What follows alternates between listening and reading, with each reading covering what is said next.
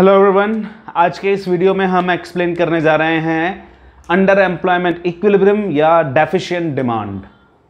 क्या होती है deficient demand, under employment equilibrium कहाँ पर होगा, क्या क्या कॉजेज़ होते हैं इसका इफ़ेक्ट क्या होता है और इसको कैसे रिमूव किया जा सकता है, ये सब आज के वीडियो में हम डिस्कस करेंगे। So without delaying let's start today's video.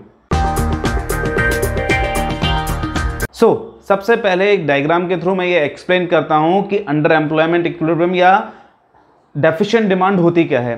बाद में इसके कॉजेज, इफेक्ट एंड कंट्रोल को एक्सप्लेन करेंगे। तो यहां इस डायग्राम में नजर आ रहा होगा एएस कर्व का कुछ पार्ट मैंने वाई एक्सेस के पैरेलल बनाया है। ये रीजन क्या है इसका मैंने लास्ट वीडियो में डिस्कस किया था और हमने बताया था कि जब एडी कर्व एएस कर्व को बिल्कुल इस किंक वाले पॉइंट पर, इस मोड़ वाले पॉइंट पर, जिसे फुल एम्प्लॉयमेंट इक्विलिब्रियम वाला पॉइंट कहते हैं, पर इंटरसेक्ट करेगा तो फुल एम्प्लॉयमेंट मिल जाएगा। तो ये एडी क्या है हमारा, ये है रिक्वायर्ड एडी। क्या है ये हमारा, ये है एडी रिक्वायर्ड। क्या है ये हमारा, एडी रिक्वायर्ड। जो फुल एम्प्लॉयमेंट के लिए जरूरी है वो एडी हमारा कहलाएगा एडी रिक्वायर्ड। ठीक है, बट अब प्लान्ड एडी इससे कम या ज्यादा हो सकता है या इसके बराबर भी हो सकता है। जब प्लान्ड एडी इसके बराबर होगा तो फुल एम्प्लॉयमेंट इक्विलिब्रियम मिल जाएगा। लेकिन सपोज कीजिए प्लान्ड एडी हमारा इससे कम है, एडी रिक्वायर्ड से कम है प्लान्ड एडी।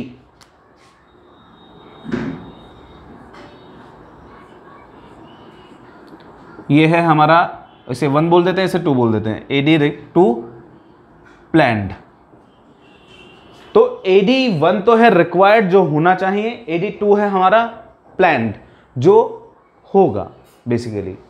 तो यहां पर एडी कर्व ने एएस कर्व को कहां पर इंटरसेक्ट किया, इस पॉइंट पर इंटरसेक्ट किया जिसको मैं नाम दे रहा हूं आर पॉइंट। कितना आउटपुट एंड एम्प्लॉयमेंट आया हम यहां पर देख लेते हैं इसे। OQ1 कितने रिसोर्सेस को एम्प्लॉयमेंट मिला, OQ1 रिसोर्सेस को एम्प्लॉयमेंट मिला। टोटल रिसोर्सेस कितने हैं हमारे पास, OQ। मतलब क्या हुआ इसका, Q1 अमाउंट में रिसोर्सेस कैसे रह गए, अनएम्प्लॉयड। क्या रह गए, अनएम्प्लॉयड रह गए। कितने रिसोर्सेस अनएम्प्लॉयड रहे हैं, Q1 से लेकर Q तक के। तो यहां पर हमारे सारे रिसोर्सेस को एम्प्लॉयमेंट नहीं मिला, कुछ रिसोर्सेज ऐसे थे जो अनएम्प्लॉयड रह गए। इसीलिए इसे बोलते हैं अंडर एम्प्लॉयमेंट इक्विलिब्रियम। यानी इकोनॉमी का इक्विलिब्रियम उस पॉइंट पर हो रहा है जहां पर सारे रिसोर्सेज को एम्प्लॉयमेंट नहीं मिला, कुछ रिसोर्सेज अनएम्प्लॉयड रह गए। ऐसे इक्विलिब्रियम को बोला जाएगा अंडर एम्प्लॉयमेंट इक्विलिब्रियम। अब इसका दूसरा नाम है डेफिशिएंट डिमांड। डेफिशिएंट डिमांड, तो इसे डेफिशिएंट डिमांड क्यों बोलते हैं। डेफिशिएंट डिमांड बोलने का रीजन क्या है कि जितना एडी हमें फुल एम्प्लॉयमेंट के लिए चाहिए था, एडी का लेवल उससे कम है। फुल एम्प्लॉयमेंट के लिए हमें चाहिए था AD1, फुल एम्प्लॉयमेंट के लिए हमें क्या चाहिए था, AD1 चाहिए था। लेकिन हमारा AD है कितना एक्चुअल में, AD2 है। यानी जितना AD की आवश्यकता है इकोनॉमी को फुल एम्प्लॉयमेंट के लिए, AD का लेवल उससे कम है। इसीलिए इसे बोलते हैं डेफिशिएंट डिमांड। ठीक है, तो अब यहां पर हम कह सकते हैं when AD required is more than AD planned, then this situation, when AD required is more than AD planned, then this situation is known as under employment equilibrium or deficient demand। या दूसरे तरह से बोले हम, AD curve intersect AS curve before full employment level।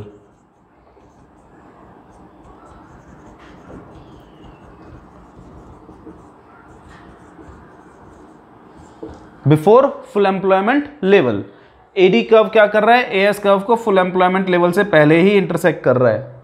तो इस situation को भी हम कहेंगे अंडर एम्प्लॉयमेंट इक्विलिब्रियम या डेफिशिएंट डिमांड बोलेंगे। अब क्या क्या इसके कॉजेज होते हैं, क्या क्या उसका इफेक्ट होगा, इसके बारे में डिस्कशन करते हैं। अब हम बात करते हैं कॉजेज एंड इफेक्ट्स की। तो कॉजेस की जब हम बात कर रहे हैं तो हम जानते हैं एडी के कुछ कंपोनेंट्स, एडी इक्वल्स टू होता है सी प्लस आई प्लस जी प्लस एक्स माइनस एम, ये सारे एडी के कंपोनेंट्स हैं इन ओपन इकोनॉमी। ऑल्दो हमारे सिलेबस में सिर्फ 2 सेक्टर मॉडल है, इट मीन सी प्लस आई है, लेकिन एडी कम होने के या जितना एडी चाहिए उससे कम होने के रीज़न क्या हैं, इसमें ये भी शामिल होंगे। लोअर कंजम्पशन प्रोपेंसिटी, लोग अपनी इनकम का कम हिस्सा खर्च कर रहे हैं कंजम्पशन पर, ज़्यादा पार्ट वो बचा रहे हैं, इस वजह से एडी का लेवल इकोनॉमी में कैसा है, लोअर है।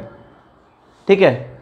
दूसरा, लोअर इन्वेस्टमेंट एक्सपेंडिचर, इकोनॉमी में इन्वेस्टमेंट का लेवल कम है, इन्वेस्टमेंट पर खर्चा कम किया जा रहा है, whether it is by private sector और गवर्नमेंट, इसी वजह से इकोनॉमी में एडी जितनी होनी चाहिए उससे कम है। लोअर गवर्नमेंट एक्सपेंडिचर, सरकार का कंजम्पशन पर खर्चा कम है जी, इस वजह से भी एडी का लेवल इकोनॉमी में नीचा है। Higher imports and lower exports, हमारे एक्सपोर्ट्स कम हैं और इंपोर्ट्स ज़्यादा हैं, इसी वजह से मनी का आउटफ्लो हो रहा है और आउटफ्लो होने की वजह से इकोनॉमी में एडी का लेवल कम है।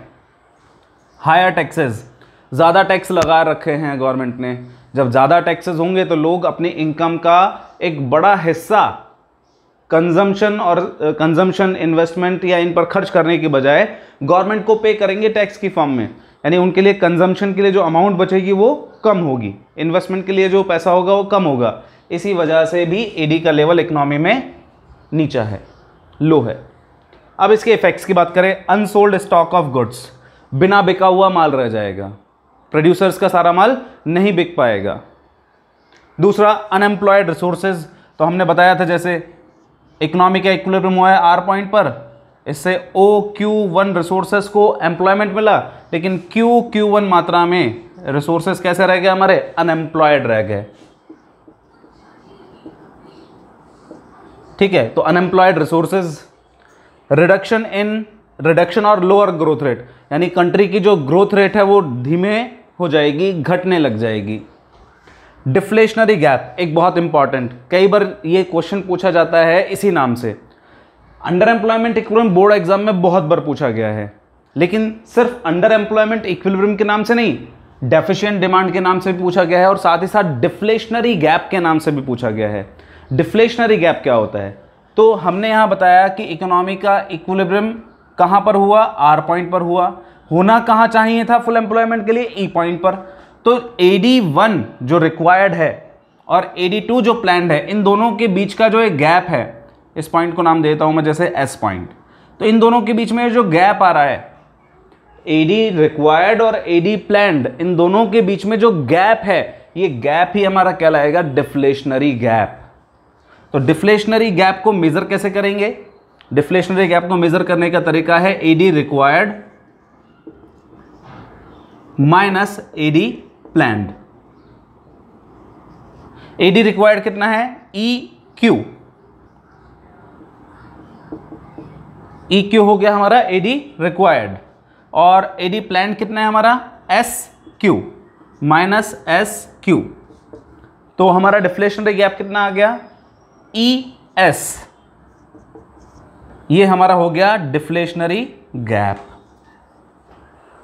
ठीक है, अब इसको कंट्रोल कैसे करेंगे, डिफ्लेशनरी गैप को कैसे कम कर सकते हैं, तो इसके लिए हम monetary policy and fiscal policy का यूज़ करते हैं। मॉनेटरी पॉलिसी के बारे में हमने मनी एंड बैंकिंग चैप्टर में डिटेल से बताया है। हमने बताया था वहाँ पर कि रिसेशन को या डिफ्लेशनरी सिचुएशंस को कंट्रोल करने के लिए मॉनेटरी पॉलिसी का कैसा यूज़ किया जाएगा। सॉफ्ट मॉनेटरी पॉलिसी अडॉप्ट की जाएगी, यानी ऐसी मॉनेटरी पॉलिसी जिसमें bank rate, CRR, SLR, repo rate, reverse repo rate, margin requirement, इन सबको घटा दिया जाएगा। और ओपन मार्केट ऑपरेशन में गवर्नमेंट क्या करेगी, इस सिचुएशन में जो गवर्नमेंट सिक्योरिटीज़ हैं RBI के द्वारा वो परचेस की जाएंगी बैंकों से, पब्लिक से, जिससे RBI को पेमेंट करना पड़ेगा, लोगों के पास पैसा आएगा, और इस तरह से मॉनेटरी पॉलिसी के द्वारा इस गैप को कम करने की कोशिश की जाएगी कि ये AD क्या हो जाए, बढ़ने लग जाए। जैसे जैसे AD बढ़ेगा ये डिफ्लेशनरी गैप क्या होने लगेगा, कम होने लगेगा। ठीक है, दूसरी है फिस्कल पॉलिसी। फिस्कल पॉलिसी होती है हमारी सेंट्रल गवर्नमेंट के थ्रू ऑपरेट। तो फिस्कल पॉलिसी में क्या किया जाता है, फिस्कल पॉलिसी में हमारे मेन 4 टूल्स होते हैं। कौन कौन से, पहला होता है टैक्सेशन, दूसरा होता है गवर्नमेंट एक्सपेंडिचर, तीसरा होता है पब्लिक बोरोइंग्स, और चौथा होता है हमारा डेफिसिट फाइनेंसिंग। इन चारों का यूज किया जाता है इसको कंट्रोल करने के लिए। तो कैसे यूज करेंगे? टैक्सेशन, टैक्स क्या किए जाएंगे?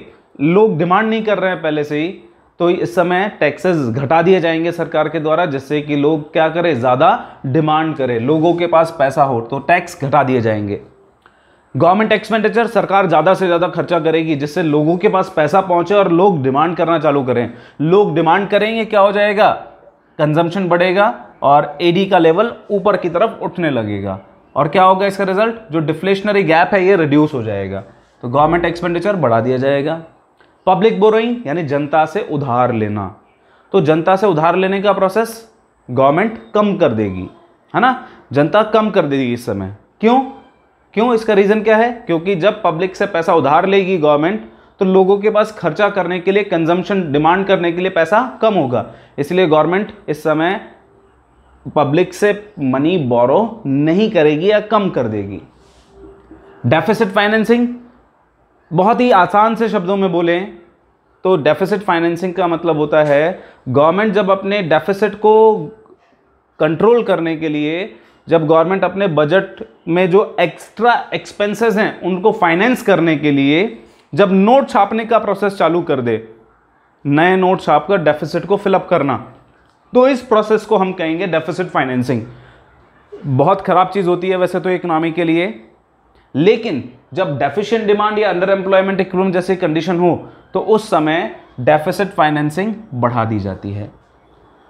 ठीक है, नोट नए छापती है गवर्नमेंट, ज़्यादा नोट छापती है, इकोनॉमी में मनी आएगी, इकोनॉमी में नई करेंसी आएगी, लोगों के पास पहुंचेगा फाइनली वो पैसा, और लोगों के पास पैसा पहुंचने के बाद वो डिमांड करना चालू करेंगे।